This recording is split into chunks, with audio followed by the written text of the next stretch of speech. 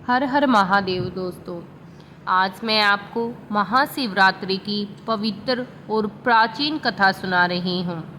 महाशिवरात्रि का व्रत इसके बिना अधूरा माना जाता है। कथा कुछ इस प्रकार है। पूर्व काल में चित्रभानु नाम का एक शिकारी रहता था। जानवरों की हत्या करके वह अपने परिवार को पालता था। वह एक साहूकार का कर्जदार था, लेकिन उसका ऋण समय पे नहीं चुका सका।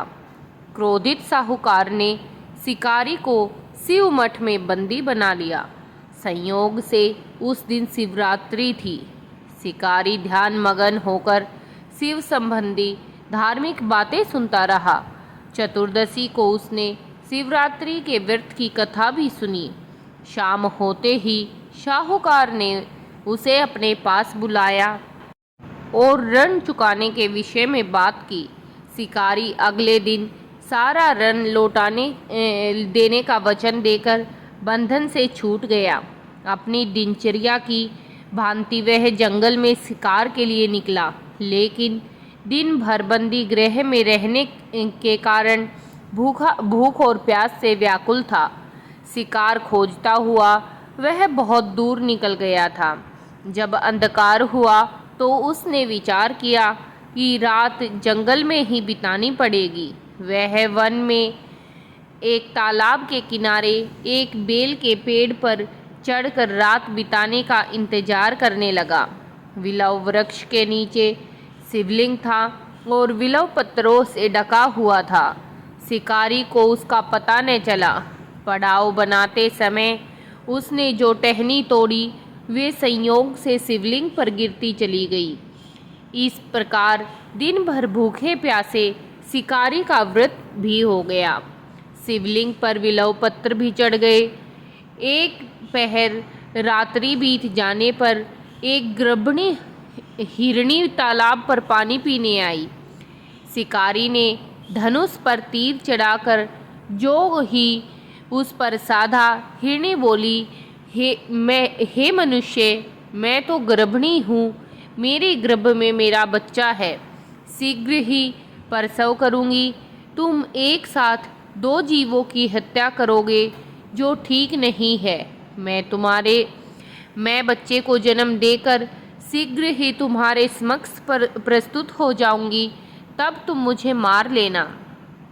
शिकारी ने अपना बाण ढीला छोड़ा और हिरणी जंगल झोपड़ियों में लुप्त हो गई। फिर से बाण चढ़ाने तथा ढीली करने के वक्त कुछ बेलपत्र अपने आप ही वहां से टूटकर शिवलिंग पर गिर गए। इस प्रकार अनजाने में ही प्रथम पहर की जो पूजा थी वो संपन्न हो गई। कुछ ही देर बाद एक और हिरणी उधर से निकली। शिकारी की प्रसन्नता का ठिकाना न रहा। समीप आने पर उसने धनुष पर बाण चढ़ाया। तब उससे देख हिरणी ने विनम्रता पूर्वक निवेदन किया कि हे शिकारी, मैं थोड़ी देर पहले ऋतु से निवृत्त हुई हूँ। कामातुर विरहिणी हूँ। अपने प्रिय की खोज में भटक रही हूँ। मैं अपने पति से मिलकर शीघ्र ही तुम्हारे पास आ जाऊंगी। शिकारी ने उसे भी जाने दिया। 2 बार शिकार को खोकर उसका माथा ठनका। वह चिंता में पड़ गया। रात्रि का आखिरी पहर बीत रहा था।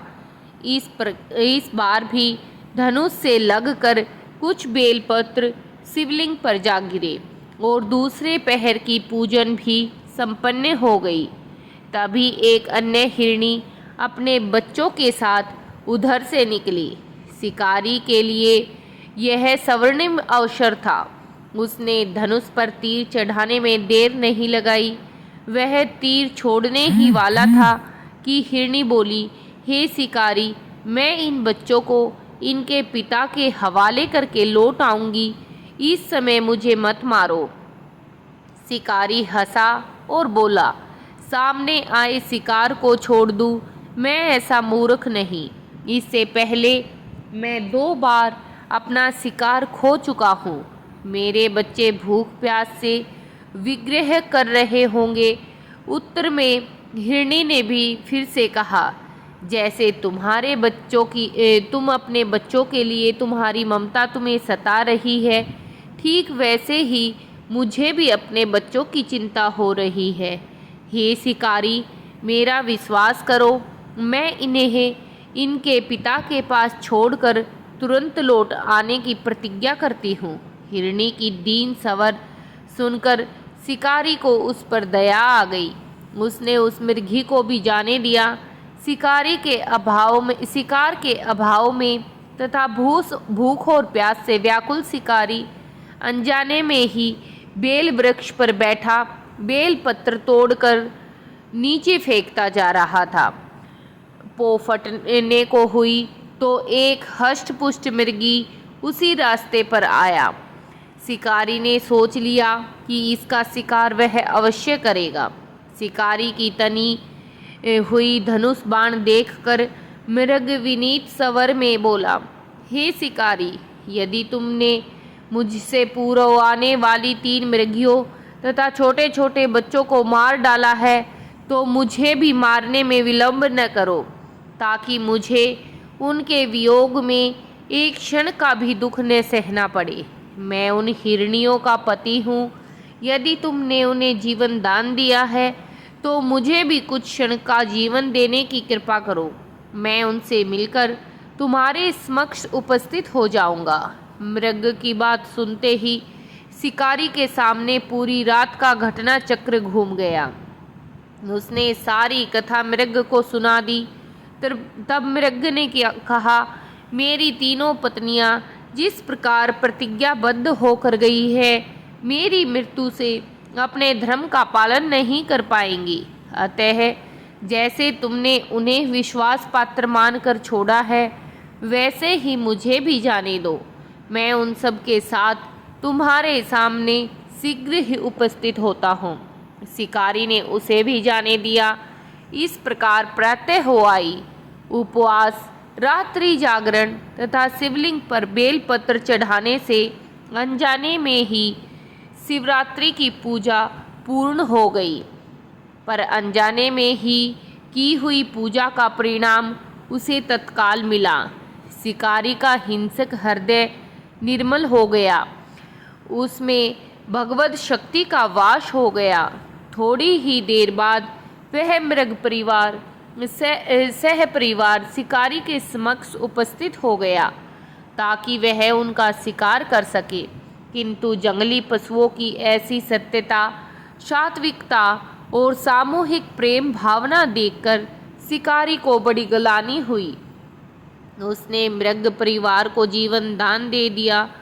अनजाने में ही शिवरात्रि का व्रत का पालन करने पर शिकारी को मोक्ष की प्राप्ति हुई। जब मृत्यु काल में यमदूत उसके जीवन को ले जाने के लिए आए तो शिवगणों ने उन्हें वापस भेज दिया तथा शिकारी को शिवलोक ले गए। शिवजी की कृपा से ही अपने इस जन्म में राजा चित्रभानु अपने पिछले जन्म को याद रख पाए तथा महाशिवरात्रि के महत्व को जानकर उसका अगले जन्म में भी पालन कर पाए।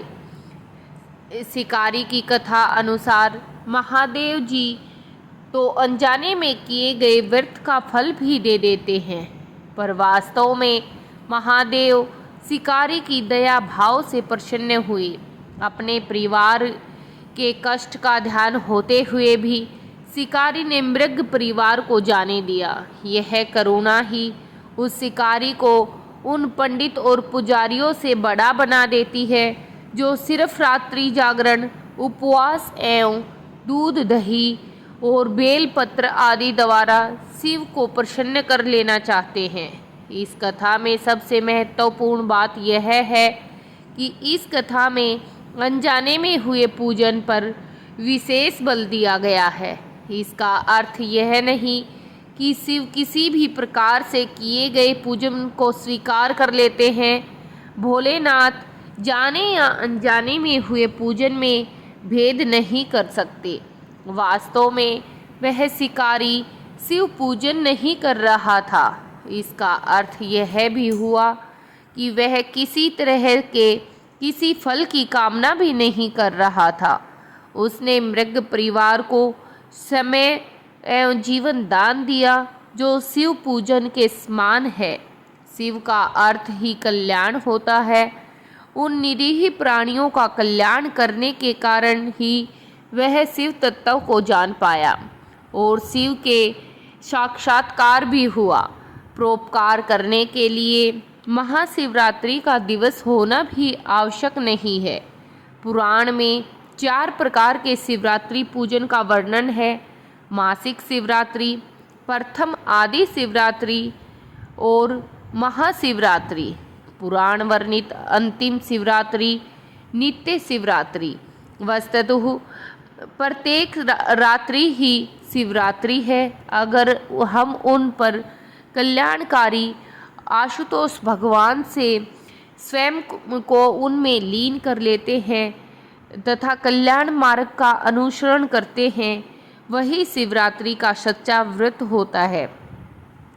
तो दोस्तों, उम्मीद करती हूँ आप सबका भी शिवरात्रि का पूजन भली भांति हो जाए और भगवान भोलेनाथ अपने सभी भक्तों पर अपनी दया का हाथ ऐसे ही बनाए रखे। कथा सुनने के बाद आपका शिवरात्रि का व्रत संपूर्ण हो जाता है तो कमेंट सेक्शन में हर हर महादेव, जय शिव शंकर लिखना बिल्कुल ना भूले और इस कहानी को अपने दोस्तों के साथ भी शेयर करें, परिवार के साथ शेयर करें और चैनल को सब्सक्राइब करें। धन्यवाद।